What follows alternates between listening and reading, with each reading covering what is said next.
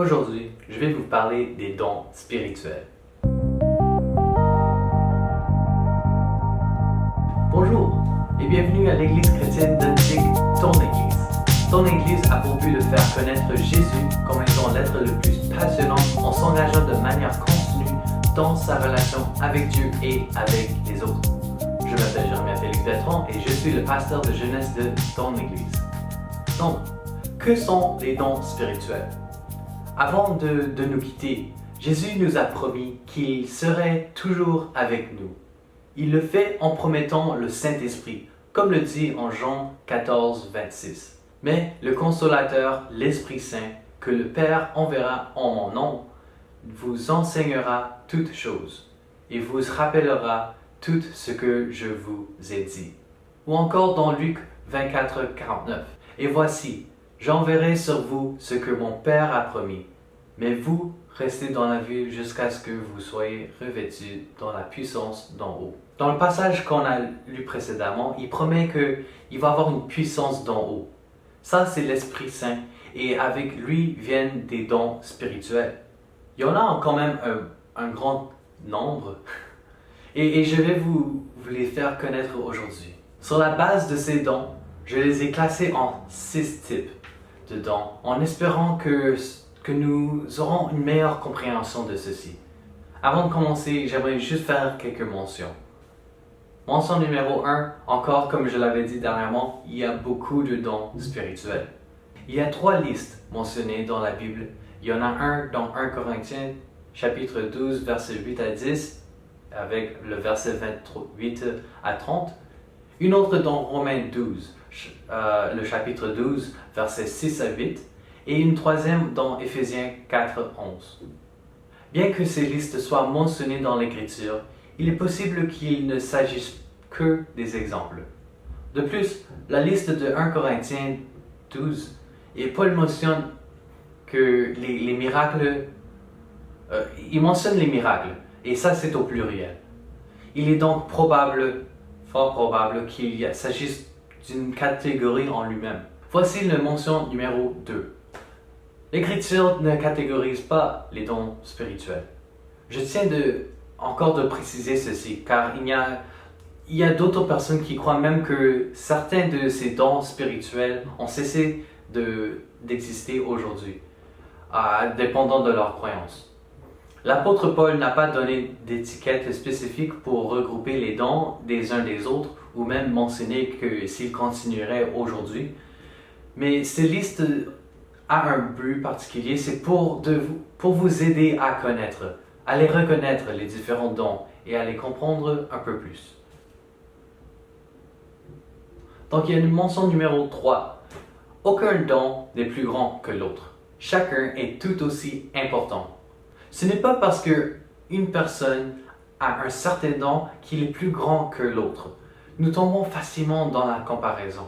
Lui, il a ce don-là, donc moi, je dois avoir plus ou quelque chose comme ça. Il est important de se rappeler que nous n'utilisons pas les dons pour démontrer le meilleur aux yeux des hommes, mais pour magnifier Dieu à travers nous. Donc, voici les 6 types de dons spirituels. Il en existe 6, comme moi je les ai catégorisés en 6, en tout cas.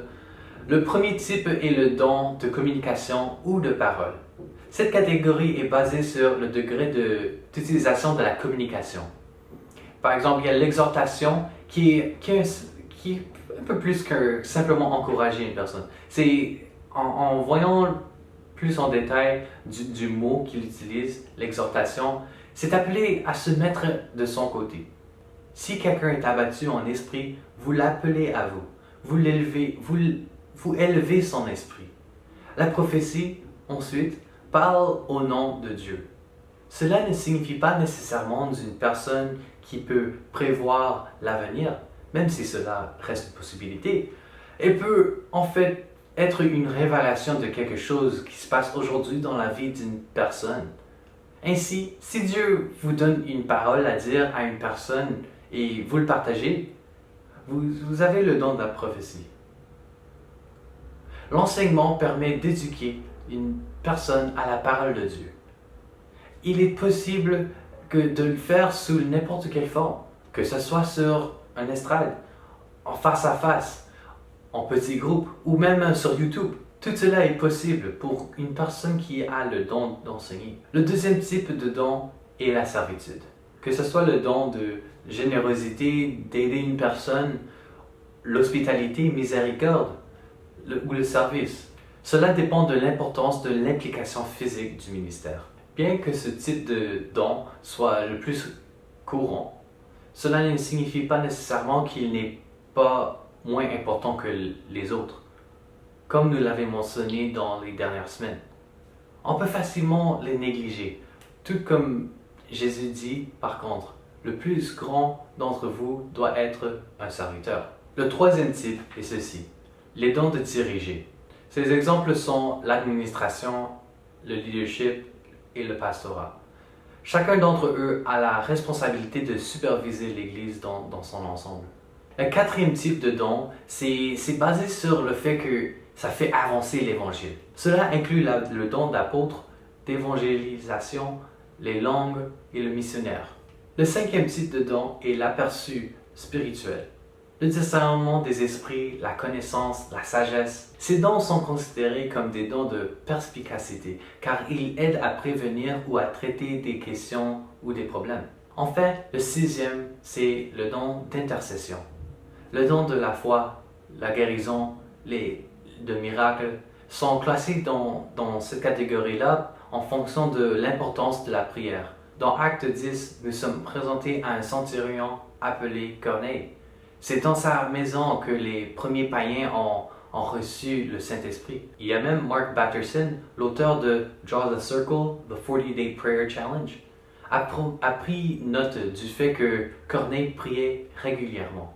Et lorsque vous priez Dieu régulièrement, des choses irrégulières se produisent régulièrement. Ce sont les dons que Dieu nous a accordés afin d'édifier le corps du Christ. Donc chaque don est différent que l'autre. Mais que ce soit le don de communication, de servitude, de direction, d'évangélisation, d'aperçu spirituel ou d'intercession, il faut se rappeler que chacun est aussi important que l'autre. Le but est d'élever le corps de Christ et non simplement nous-mêmes. Donc j'aimerais savoir, quel don pensez-vous avoir? Ou même sinon, quel don aspirez-vous d'avoir? Parce que lorsque vous demandez, vous recevrez. Il faut simplement persévérer pour l'avoir et simplement demander à Dieu. Faites-moi savoir dans la section commentaires ci-dessous. À la fin, j'espère que vous avez appris quelque chose à propos des dons spirituels et que juste pour vous rappeler que ce n'est pas le but de comparer, de voir quelqu'un a un certain don. Oui, c'est bon d'aspirer pour l'avoir, mais pas pour être mieux que l'autre, mais pour avoir la capacité de pouvoir servir Dieu avec cela. Parce que le but, ce n'est pas pour élever nous-mêmes, mais pour magnifier Dieu dans notre vie. Peut-être savez-vous que vous n'en avez qu'un et que vous voulez avoir le même que l'autre. Ne tombez pas dans ce piège, mais demandez plutôt à Dieu de vous utiliser dans le don que vous avez présentement, pour qu'il puisse l'utiliser. J'espère que vous avez apprécié la vidéo et n'oubliez pas de liker ou même abonnez-vous dans cette chaîne. Pour l'instant, j'espère que vous avez passé une bonne journée et restez bénis.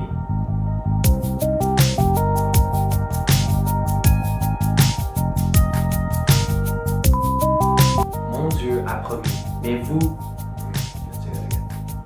ils ont de nombreux et de nombreux.